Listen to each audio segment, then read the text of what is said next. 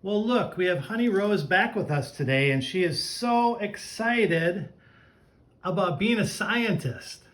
She heard that we were doing this unit on matter, and the first thing she ordered was herself a new lab coat. Get it? A lab, but she's really not a lab. She's a retriever, so it's a retriever coat. And herself some safety goggles, because in science, you got to make sure that you're safe when you do experiments. And she started yesterday helping us out with some matter. She did a whole bunch of things to sort through, and most of her sort involved things that were edible and things that were not. Things that were treats or food, and things that were toys and plastic. So we're going to continue on today, Rosie, with some things about matter, and hopefully get a chance to use your cool science goggles.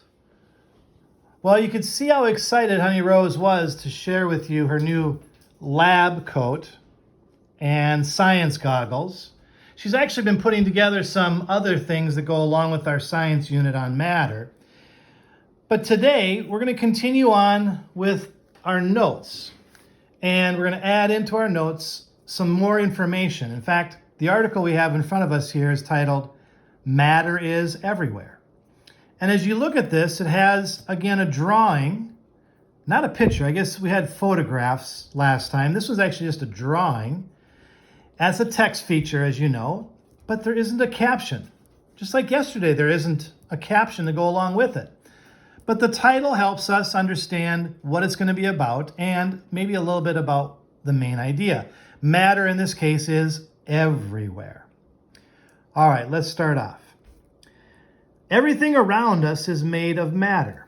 Your clothes, the trees, even the water you drink. We divide matter into 4 major categories, which are called the 4 states of matter: liquid, gaseous, solid, and, wait a minute, plasma. We need to do something to our notes. Yesterday, Mr. Van Horn also was sharing with you about phases or states of matter. And we wrote down yesterday there's 3 states of matter. And we included the 3 main states of matter, the solids, the liquids, and the gases. But we should probably add in that there is a 4th. And that 4th state of matter is called plasma. It's another category. They go on to say here, however, we will focus on the first 3. Yeah, we usually talk about the first 3 because, as you might have seen yesterday when Mr. Van Horn was presenting that information, that plasma is something that we find out in space or something that's out in the atmosphere, things away from us. And so it's not something we typically deal with. So but we probably should include it in our notes. So let's go back in and add that on to this sentence because we left ourselves a line blank just in case something like this does happen. So I had Honey Rose come up and add in a sentence underneath this to make sure we include plasma, because plasma is another state of matter. So I put in parentheses a 4th state. Even though we mostly talk about the 3 main categories or the 3 main states, let's put this in. We'll include this. Plasma is another state of matter, and that's a 4th state of matter. Now, my class is extremely interested because it's about space. It's about things that we don't typically see or talk about. But for today, we're going to kind of leave plasma in the background, and we're going to focus more on the first 3. However, I wonder if this has anything to do with that. This drawing sure doesn't look like the matter that I think of, or the kind of matter that Honey Rose found and sorted the other day. So maybe this drawing goes along with that word. Whenever you're reading something and you come across a word or something that you're not sure about, use your text features to help you. The pictures and the captions and the title. So maybe we're taking a guess that this has something to do with plasma. Maybe not, but let's read on. It says, whatever the state of matter may be, all matter is made of tiny particles called atoms. Oh, wait a minute. We have another word.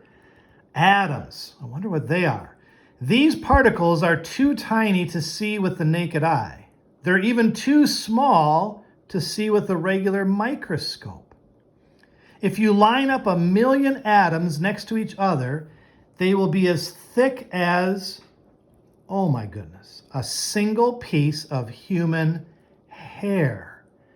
1,000,000 atoms next to each other, and it'll only be as thick as a single piece of human hair. So we can only look at atoms through very powerful tools, one of them being the scanning tunnel microscope, a special kind of microscope. So if an atom is so tiny we can't see it, I bet you they could only draw it in this case. This must be an example of an atom. So there Honey Rose added into her notes that next vocabulary word, atom. All matter is made up of tiny microscopic particles called atoms. All matter is made of these things. We just can't see them because they're so tiny, microscopically small. So how do we know? We can easily see liquids and solids around us, but most gases aren't visible. We can't see the air around us, but it's still made of these atoms that constantly move around freely in space. Well, how can we tell? Well, take a balloon, for example. When we pump air into a balloon, it visibly inflates, blows up. That means that gaseous matter is filling the balloon and taking up that space. The more air we blow into the balloon, the bigger it gets. And we know this from our notes too, because we did a little drawing, or at least I did. Maybe you included that in your drawing too. This balloon picture, and that they're filled with gas. So we know that the air, even though we can't see it, that there's air there because it fills up that balloon. It takes up that space. And we know that matter is anything that takes up space. Well, let's read on. Therefore, we can observe the way the gas moves around space. In the same way, inflatable pool toys also filled with air so that they can float on the water. When we fill the plastic shells with air, the toys take shape. Since air is lighter than water, the pool toys can rest on the water without sinking. And then we can enjoy a sunny day while floating in a pool. So, atoms are in everything. Everything is made up of atoms. The question is, how do we know that they're there? Well, we have these big, huge microscopes that can enlarge it enough to see these constantly moving atoms. And that's what this next part says. Moving atoms. Atoms are constantly moving. However, atoms move at different speeds with different states of matter. Atoms move more slowly when they are more densely packed together. Atoms and solids are usually tightly packed and have less space to move around freely. This means that atoms in most solids move more slowly than atoms in most liquids. The atoms in gas usually move the fastest. Since the atoms usually move more freely in liquids and gases, they can undergo a process called diffusion. We're going to leave that word alone. We're not going to put that into our notes. But I do want you to focus on the fact that atoms are constantly moving. And if it's a solid, they're moving slowly. If it's a liquid, they're moving a little bit quicker. They're moving more freely. And if they're a gas, they're scattered all over, moving like crazy. Now, I know this is hard to understand, because when you look at matter, it sure doesn't look like anything is moving. I could swear that this has no movement. Or this countertop. Sure doesn't seem like there's any atoms there that are moving. But they're moving so slowly that it takes this shape. They basically just vibrate a little. And I would think if we could feel it, it would make more sense to us if we could touch it and feel the vibration of the atoms, but we can't. We just have to know that from these microscopes, we've seen these atoms, and that in solids, they move so slowly. When we get to a liquid, they move a little bit faster. They more freely move around each other. And when they get into the gaseous state, they're moving around and bouncing off everything. So, moving atoms, that goes along with this picture here. It sure looks like this one is moving around, but we can't see it because it's so tiny. After all that reading, we've added then some vocabulary. We've added in another note about plasma as a fourth state of matter. And this idea of atoms and how atoms move. So Honey Rose did a little drawing at the bottom here.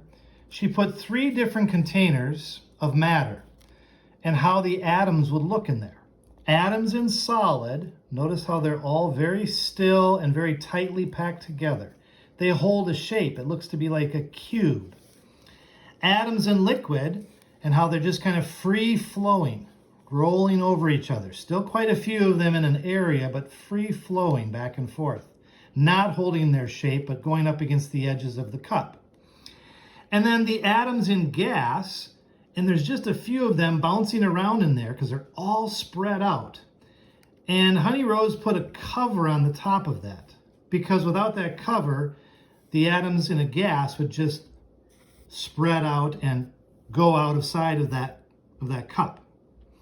So if you would, add this into your notes for today. And then tomorrow, we'll take a look at Honey Rose with her experiment she's going to be doing. I know she was excited to use her lab coat and goggles, but we're going to have to wait on that until we get these notes finished up. So, Honey Rose and I will see you again tomorrow.